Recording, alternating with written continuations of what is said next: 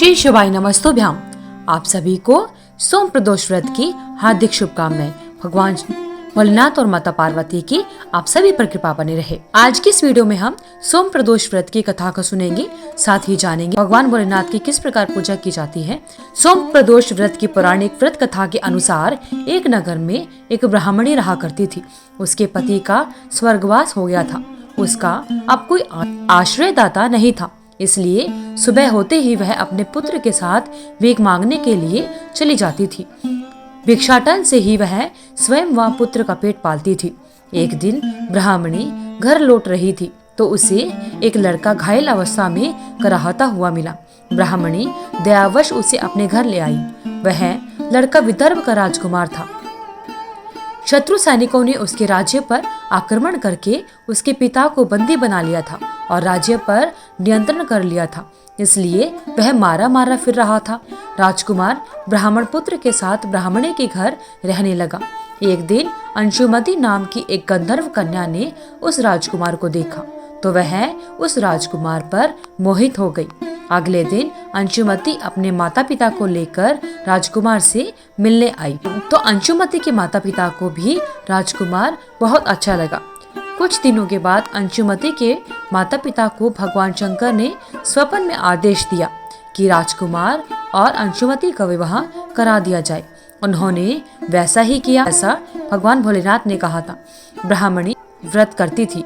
उसके व्रत के प्रभाव और गंधर्वराज की सेना की सहायता से राजकुमार ने विदर्भ से शत्रुओं को खदेड़ दिया और पिता के राज्य को पुनः प्राप्त कर लिया और फिर दोनों आनंद पूर्वक रहने लगे।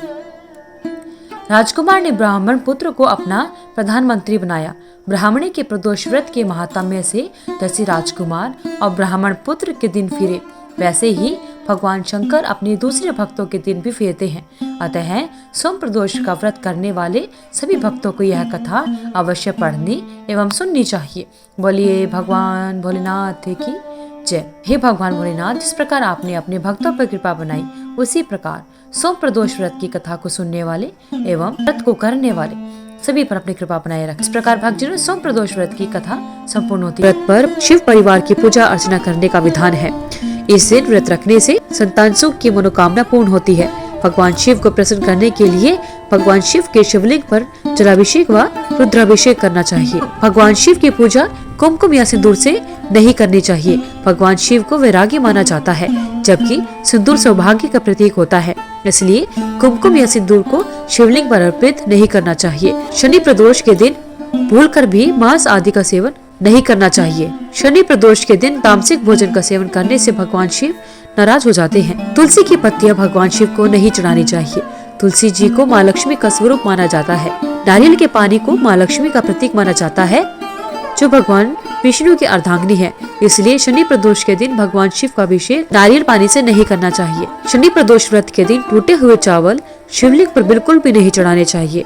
मान्यता है इस दिन साफ धुले हुए चावल के दाने ही पूजा में इस्तेमाल करने चाहिए। धार्मिक मान्यताओं के अनुसार किसी भी शुभ अवसर या फिर पूजा पाठ के दौरान काले रंग के कपड़े नहीं पहनने चाहिए, इसलिए शनि प्रदोष के दिन काले रंग के कपड़े पहनने से बचना चाहिए। भगवान शिव की असीम कृपा पाने के लिए सफेद, हरे या पीले रंग के वस्त्र धारण करना अत्यंत शुभ रहता है। प्रदोष व्रत को दो तरीके से रखा जाता है। पहले तरीके के अनुसार व्रत वाले दिन सूर्योदय से लेकर अगले दिन के सूर्योदय तक उपवास रखते हैं और वहीं दूसरे तरीके के अनुसार सूर्योदय से लेकर सूर्यास्त तक व्रत रखते हैं। इसे आप अपनी सुविधा के अनुसार किसी भी प्रकार से उस प्रदोष का व्रत रख सकते हैं। प्रदोष का मतलब होता है सूर्यास्त के आसपास के समय से होता है, इसलिए प्रदोष व्रत वाले दिन इस काल में भगवान शिव की पूजा अवश्य करनी चाहिए। प्रदोष व्रत की विधि: ब्रह्म मुहूर्त में स्नान करके पूजा पाठ करनी चाहिए। पूजन स्थल को साफ करना चाहिए। इसके बाद साफ स्वच्छ वस्त्र धारण करने के बाद में रंगोली बनानी चाहिए। फिर उत्तर पूर्व दिशा की तरफ मुख करके या जिधर आप घर का वास्तु अनुरूप मंदिर है उसकी तरफ मुख करके भगवान शिव की पूजा करनी चाहिए। ओम नमः शिवाय मंत्र का लगातार जाप करना चाहिए और साथ में दुर्गा सप्तशती का भी पाठ अवश्य करना चाहिए। सोम प्रदोष को रोग मुक्ति के लिए इसे शिव मंदिर में कुश और गंगा जल से भगवान शिव का रुद्राभिषेक करना चाहिए। इससे रोगों से मुक्ति मिलती है।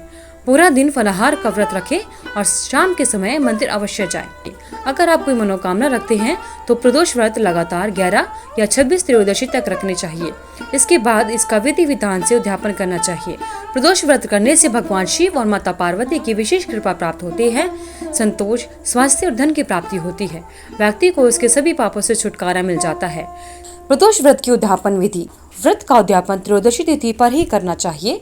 उद्यापन से एक दिन पहले भगवान श्री गणेश जी की पूजा करें और रात भर कीर्तन करना चाहिए। फिर अगले दिन यानी त्रयोदशी के दिन सुबह जल्दी उठकर स्नान करके साफ वस्त्र पहनने चाहिए।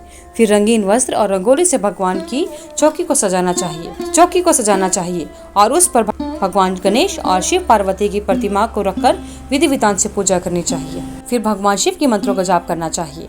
हवन के बाद भगवान शिव की आरती करें और शांति पाठ करना चाहिए।